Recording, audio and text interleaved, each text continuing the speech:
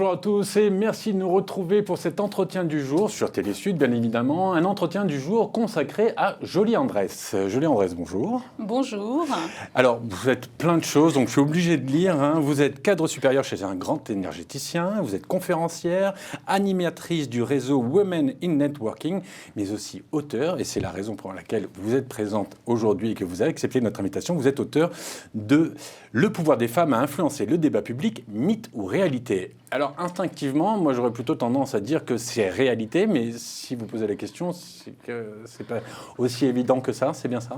C'est exactement ça. Donc bonjour et merci de me recevoir sur votre plateau. Donc effectivement, c'est pas tout à fait vrai. En tout cas, oui, il y a une part de vérité, puisqu'il y a vraiment aujourd'hui une vraie place des femmes dans le pouvoir et dans le débat public, mais après ça reste un petit peu mitigé. Mais pour vous, c'est pas suffisant ou elles servent entre guillemets, de prétexte, ou elles servent d'alibi dans des, on va dire, des comités de direction. On les met bien en avant pour qu'elles soient bien visibles, comme ça tout le monde a l'impression qu'elles sont bien là pour faire avancer le débat public, ou derrière c'est un peu de la posture et c'est ce que vous justement vous essayez de combattre? Alors c'est pas tout à fait ça. Donc effectivement il y en a certainement qui sont là pour des raisons diverses et variées.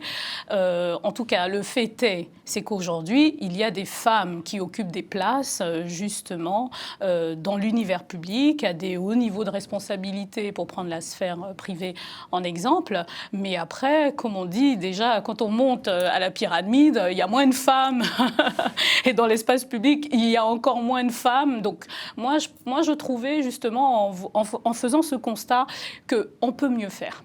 Alors, je le disais, votre livre qui s'intitule le pouvoir des femmes a influencé le débat public, mythe ou réalité, au-delà de la question que vous posez, on se rend compte quand même que la femme, que ce soit à cause des coutumes, des croyances religieuses ou des considérations économiques, nulle part dans le monde est l'égal de l'homme, même dans des pays qui, soi-disant, sont très avant-gardistes, très égalitaires, comme par exemple la France, ça n'est pas le cas.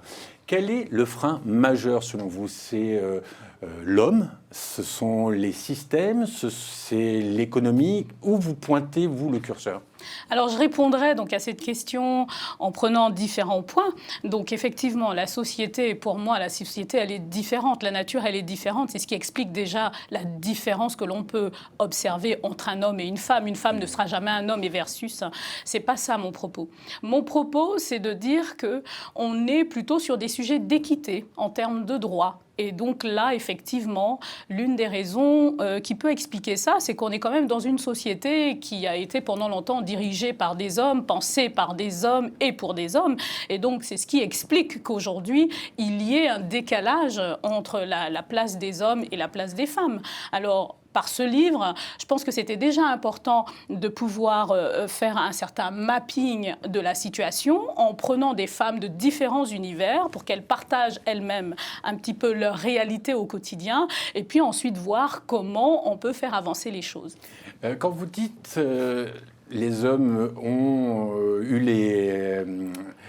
ont tenu le volant, ont tenu les rênes de notre société depuis pas mal de temps, ça sous-entendrait qu'à compétences pas forcément égale, il vaut peut-être mieux une femme? Non, alors une fois de plus, là on serait plutôt un peu dans une sorte de discrimination positive, ce qui peut arriver dans certains cas. Et ce qui a été utile parfois. Et ce qui a été utile parfois, comme les quotas qui ont aidé à faire évoluer la situation. Mais en fait, c'est pas tellement ça le sujet. Le sujet, c'est que justement, à compétences égales, profil égal, expérience égale, il serait bien que les femmes aient aussi leur place dans cette société. Et vous, votre constat, c'est qu'elles ne l'ont pas? Et mon constat, c'est que malheureusement pas, et ce n'est pas que mon constat, ce n'est pas que Jolie Andrès, c'est un constat qui est partagé, c'est un constat aujourd'hui d'ailleurs qui explique qu'il y ait un ministère qui soit dédié à cette cause-là. Et c'est une cause aujourd'hui du quinquennat, enfin qui est renouvelée, etc. Parce qu'on se rend bien compte qu'il faut que les choses avancent et qu'elles évoluent. Alors, peut-être que vous le connaissez, le slogan des féministes islandaises est « Ne changeons pas les femmes, changeons la société ». C'est toute la question. Est-ce que une société égalitaire peut se faire sans un changement de société? Alors ça rejoint ce que je disais justement avant. On est dans une société, en France en particulier, et on le voit bien en Europe de l'Ouest, qu'on est dans des sociétés qui sont encore très influencées par la place de l'homme.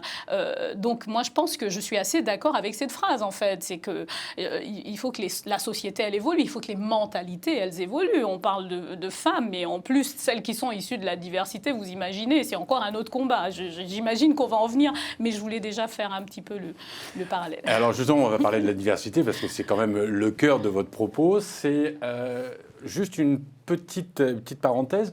La situation, justement, du pouvoir des femmes dans le débat public, est-ce qu'on en parle en Afrique francophone, en Afrique de l'Ouest, où c'est quelque chose où là, vraiment, pour le coup, les sociétés ne sont pas complètement prêtes et il y a encore du chemin à faire, où vous voyez quand même de belles avancées? Bon, on voit de belles avancées et c'est là où on voit que la mondialisation est complètement a contribué à cela, en fait, avec les réseaux sociaux, etc. On voit que c'est une cause qui n'est pas seulement portée au niveau européen, mais qui est aussi portée au niveau de l'Afrique. Moi, je viens du continent africain. Je suis une Française originaire d'Afrique, mais je peux vous dire que je vois et je voyage beaucoup en Afrique, entre autres, et je vois que c'est une cause qui est de plus en plus mise en avant. Les femmes sont mises en avant. Alors, les gouvernements essayent justement de mettre ce rééquilibrage, mettre des femmes aussi bien que des hommes, et j'insiste, lorsqu'elles sont compétentes et lorsqu'elles sont formées et lorsqu'elles peuvent, oui, faire le job, il n'y a pas de raison qu'il en soit autrement. Alors, si je vous pose cette question sur l'Afrique, c'est que pour en revenir justement aux femmes des minorités et les femmes issues de l'immigration, est-ce que la première chose à faire n'est pas qu'elles changent elles-mêmes leur regard sur elles-mêmes, qu'elles évoluent, qu'elles osent plus, qu'elles se permettent d'y croire, qu'on les incite en leur disant « mais tu as ta place, c'est pas parce que tu es originaire d'Afrique ou d'Asie ou de peu importe, tu as une place, ta voix compte, ta compétence est appréciée ». Est-ce que c'est pas déjà ça, l'éducation, le premier mouvement éducatif qu'il faudrait faire bouger là-dedans? Alors, il y a plusieurs choses. Donc, je dirais qu'avant d'aller combattre à l'extérieur, il faut d'abord être soi-même bien. Et c'est là où je vous rejoins.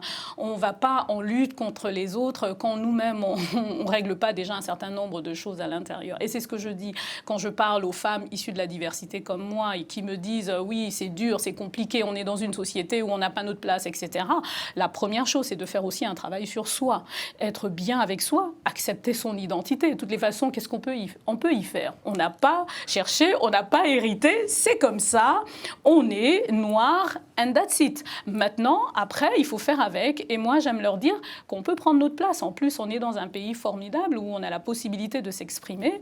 Alors, c'est pas toujours simple, hein, il faut le reconnaître.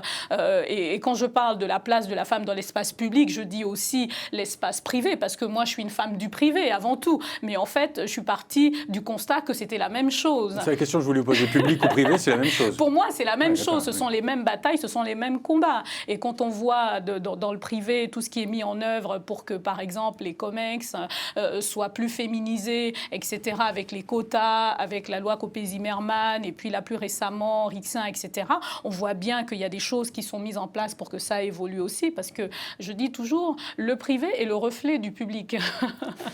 Votre discours que vous portez depuis pas mal de temps, vous avez le sentiment qu'il dérange, qu'il est écouté ou qu'il est encouragé?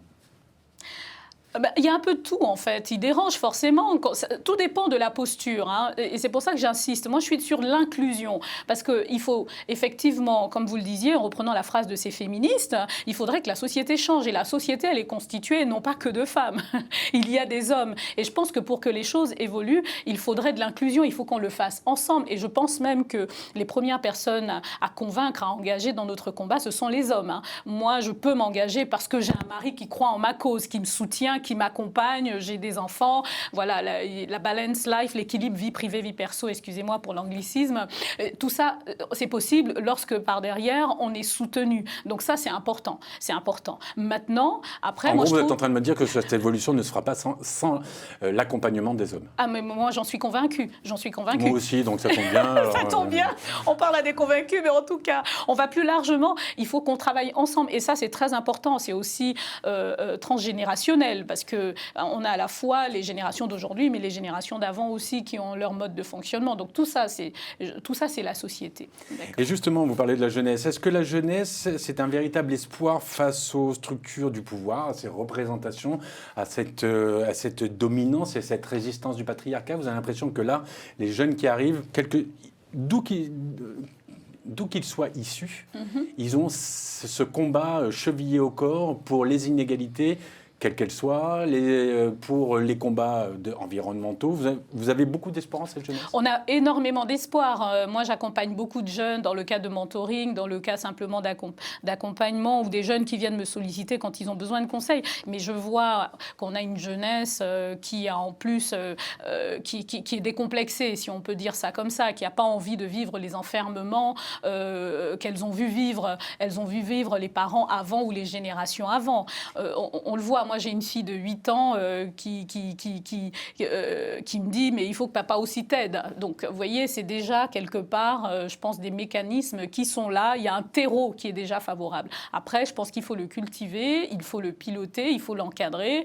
Et tout ça passe aussi par la force de l'éducation pour faire le lien avec l'Afrique. Et je pense que c'est ça qui va aider aussi les générations à pouvoir s'émanciper, à pouvoir prendre toute leur place, à ne pas s'excuser. C'est contribuer, c'est une fois qu'on est éduqué, je pense qu'on est déjà, on a les premières armes en fait pour entrer dans la société. Alors malheureusement, on arrive au terme de cet entretien, parce que comme c'est intéressant, à chaque fois c'est trop rapide. Une dernière question. Là, le combat à très court terme, celui qu'il faut mener tout de suite, c'est lequel ? C'est l'éducation. Enfin, moi, je pense que l'éducation, c'est la clé. Pour moi, l'éducation, c'est majeur. Mais éduquer qui, les enfants ou les parents ? Les deux. Il y en a qui vont être plus difficiles à éduquer que d'autres. Absolument. C'est vrai que pour les adultes ou pour les grands, il faut désapprendre. C'est ça, oui. Et pour moi, ça reste de l'éducation. C'est juste de l'éducation inversée. Et pour la génération qui vient, je pense que c'est important. Et c'est là où le rôle modèle aussi est très important. Le fait d'avoir des personnes comme soi qui aujourd'hui sont capables de faire face à tous ces challenges, ça inspire et ça leur montre que c'est possible. C'est pas seulement des modèles outre-Atlantique. Ils ont de plus en plus des modèles en France, des personnes comme elles qui ont été confrontées aux mêmes difficultés qu'elles et qui partagent comment elles ont réussi à s'en sortir. Eh bien, écoutez, justement, vous le disiez, vous influencez et vous inspirez. Et pour toutes les jeunes femmes qui regardent l'émission et qui voudraient en savoir un petit peu plus et savoir comment il faut faire, je rappelle votre livre, Le pouvoir, qui est un très joli titre d'ailleurs, Le pouvoir des femmes à influencer le débat public, mythe ou réalité. Le meilleur est à venir? Le meilleur est à venir, toujours. Merci beaucoup, Jolie André. Merci. C'est ainsi que se termine cette EDJ, cet entretien du jour. J'aurai le plaisir de vous rencontrer, de vous retrouver très vite pour un nouvel entretien du jour. En attendant, comme à chaque fois, vous le savez maintenant, continuez à vous informer en regardant Télé Sud. À très bientôt. Au revoir tout le monde.